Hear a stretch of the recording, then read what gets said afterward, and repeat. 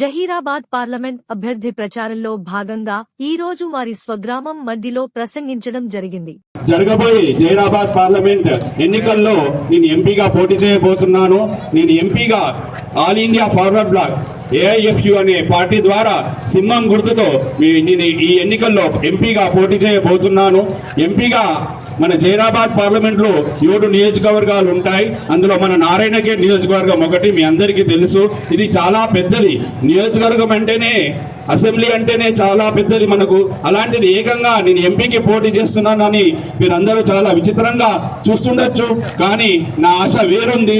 ఎందుకు అంటే ప్రధానంగా ఎంపీలు చాలా ఎవరు అయినా ఎన్నుకోబడ్డ ఎంపీలు ఎంతసేపు వాళ్ళ స్వలాభం కోసమే పనిచేస్తున్నారు తప్ప ఏనాడు ప్రజల సమస్యల మీద వాళ్ళు ఏమాత్రం పని చేయట్లేదు.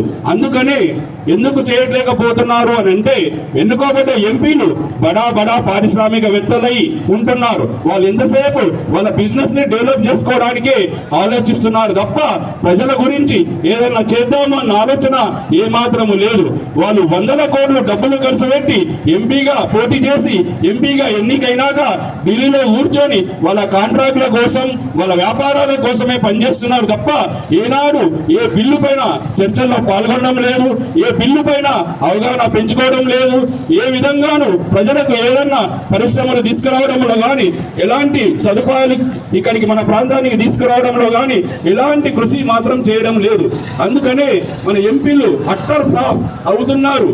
ఎన్నికైన ఎంపీలు ఎవరు కూడా పనిచేయలేకపోతున్నారు. అందుకనే నేను ఒక నిస్వార్థంగా ఉంటేనే ఎంపీగా మనం న్యాయం చేయగలుగుతాం అన్న ఉద్దేశంతో నేను నిస్వార్థంగా సేవ చేయాలి. ఈ నా ప్రయత్నంలో ఎలాంటి స్వార్థం లేదు.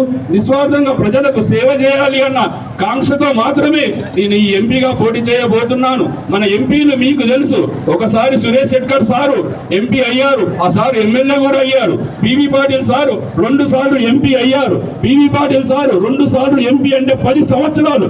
10 సంవత్సరాల్లో ఎంతో అభివృద్ధి చేయొచ్చు, ఎన్నో రకాల పరిశ్రమలు తీసుకురావచ్చు, ఇక్కడ ఎన్నో రకాల కేంద్రీయ విద్యాలయాలు తీసుకురావచ్చు, ఎన్నో ఎయిమ్స్ మెడికల్ కాలేజీ తీసుకురావచ్చు, ఎన్నో రకాల వ్యవసాయ అనుబంధ పరిశ్రమలు ఎన్నో రకాలు ఇక్కడ తీసుకొచ్చి ఇక్కడ ఉపాధి అవకాశాలు కలుగజేయచ్చు. అలాంటిది ఏనాడు చేయలేదు. ఆయన ఎంతసేపు ఆయన కాంట్రాక్ట్ల కోసమే పనిచేయడం వలన మన ప్రజల సమస్యలు ఏనాడు తెలుసుకోలేకపోతున్నాడు.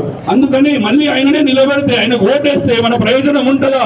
ఉండదు. ఆయనకు ఓటు వేయడం వలన నిష్ప్రయోజనం తప్ప ఎలాంటి ఉపయోగం ఉండదు. అందుకని అలాంటి మీరు గ్రహించాలి. మీకు పనిచేసే నాయకులకు మాత్రమే మీరు ఓటు వేసి గెలిపించాలి. డబ్బు కోసమో మద్యం కోసమో ఓటు వేయద్దు. మన భారతదేశం చాలా పెద్దది, చాలా మన ప్రజాస్వామిక దేశం, చాలా గొప్ప దేశం. అలాంటి దేశంలో ఇంత పెద్ద గొప్ప